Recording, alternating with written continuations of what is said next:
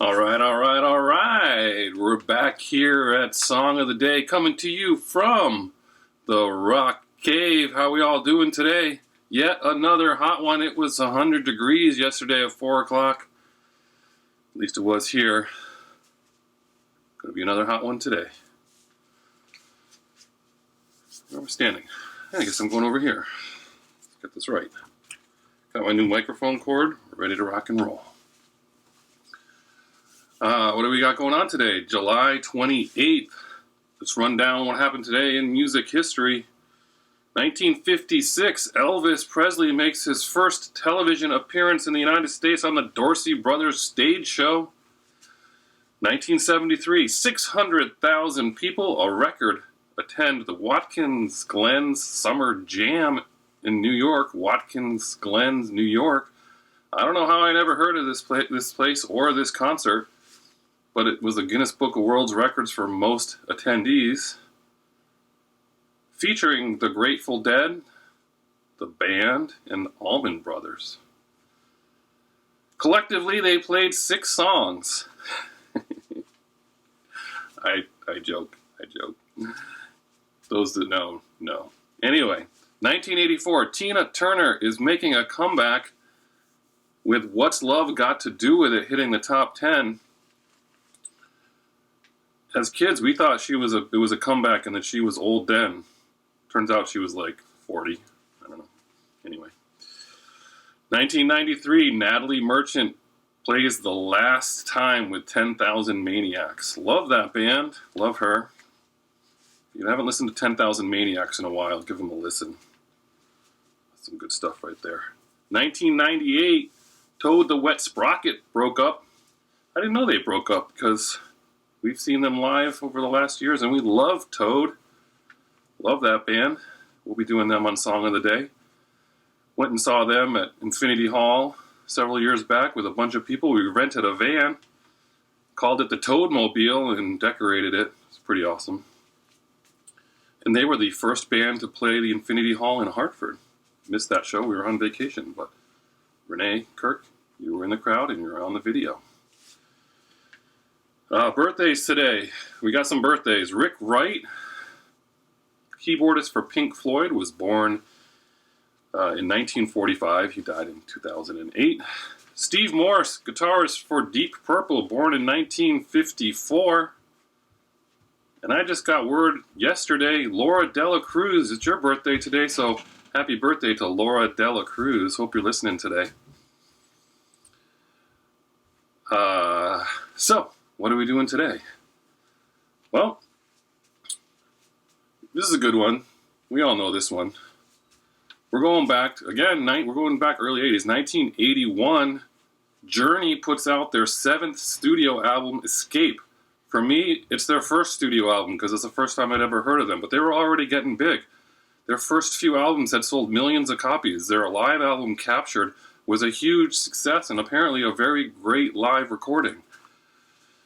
Things were going well for this band when they put this album out, but when they put out Captured, they needed a new track, like a regular track to put out, a single or something to add to it, a studio song. And at that point, their founding keyboardist, Greg Rulli, he didn't want to be in the band anymore. He came over from Santana with Neil Schon, and he didn't want to be in the band anymore. So when they went to go make this new song, they used a session keyboardist, and the new song was The Party's Over. Great song. I think it got lost in the shuffle, but that is a great song. So he quit, and they finally pick up this Jonathan Cain person, and he contributes modern keyboards and some great writing, and they all hit it off right off from the beginning, start writing this record. Apparently, Escape was made for $80,000 in total, and they would do really 1 or 2 takes, and that Steve Perry could just nail a song in 1 or 2 takes, and that was it. So very quickly recorded and put out, and just, we all know what happened from there, right? All the singles from there just became huge. Now, let's talk about the songs. First of all, when this came out, I remember it. I remember it being a big deal. Needed to get a copy of it. I was at my grandmother's house in Cranston, Rhode Island, and Warwick, area, and we went to the department store and I bought this record album. She didn't have a record player, so I couldn't play it. Only thing playing at my grandmother's house was golf on TV or Lawrence Welk on TV.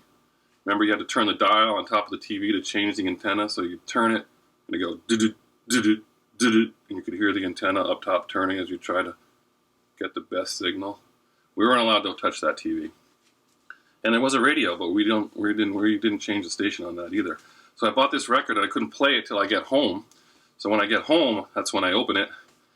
And I look at the record and I flip it over, and the label, the center label is there, but there's a second center label misprinted and off to the side.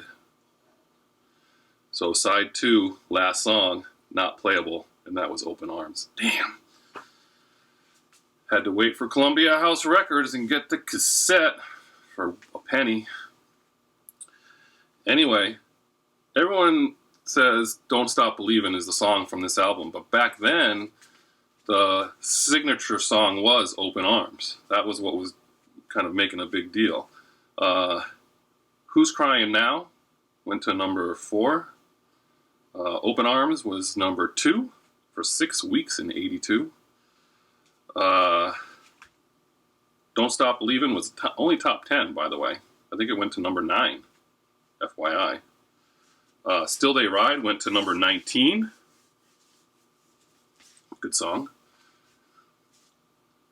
The real question about this album is, even though Stone in Love is a major radio playing song, it did not chart. It was not a single. How about that? Stone in Love is a great song. It might be my favorite song on the album. There's not even an official video for it. The video that's out there is awesome, by the way. Some guys made a video.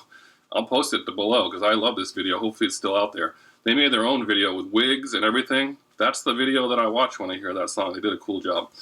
But there's no official video for that song. So what do we got? Don't Stop Believin', Who's Crying Now, Still They Ride, Open Arms, Stone in Love, Keep on Running, another good song. And then the songs I don't necessarily know, Escape, Lay It Down, Dead or Alive, Mother, Father. So really side A was like a greatest hits, and the B side ended with Open Arms. It was their first number 1 album. It went 12 times platinum, easy. And of course, Don't Stop Believin', don't stop playing that song. I mean, it just hasn't died yet, right? Everyone knows that song. It's used at baseball games. It's like Sweet Caroline, right? It's like everywhere. And then the Sopranos used it on their last show. I mean, that just put it over the top. And my kids, all of our kids know this song. And we don't know how they know it because they all knew it on their own. But everyone loves this song. It makes 3 times more royalties still for the band than any other song. Crazy. All right, we're at 8 minutes. We're trying to cut it short here. Not really short, but so what are we doing for song of the day? Well, I'm not ready to do Open Arms. I'm not doing a slow song today, so I don't want to upset you guys, but we're gonna have to do Don't Stop Believin'. How can you not do that for song of the day? It has to be the song of the day, right? So Don't Stop Believin' is your song of the day. Turn it up. Don't forget to listen to Stone in Love, because that's a great song too. We'll post both. Enjoy your Tuesday. As usual, tomorrow's Wednesday. You know what that means. We're going to dig up something for you to listen to and weigh in on. Have a great day.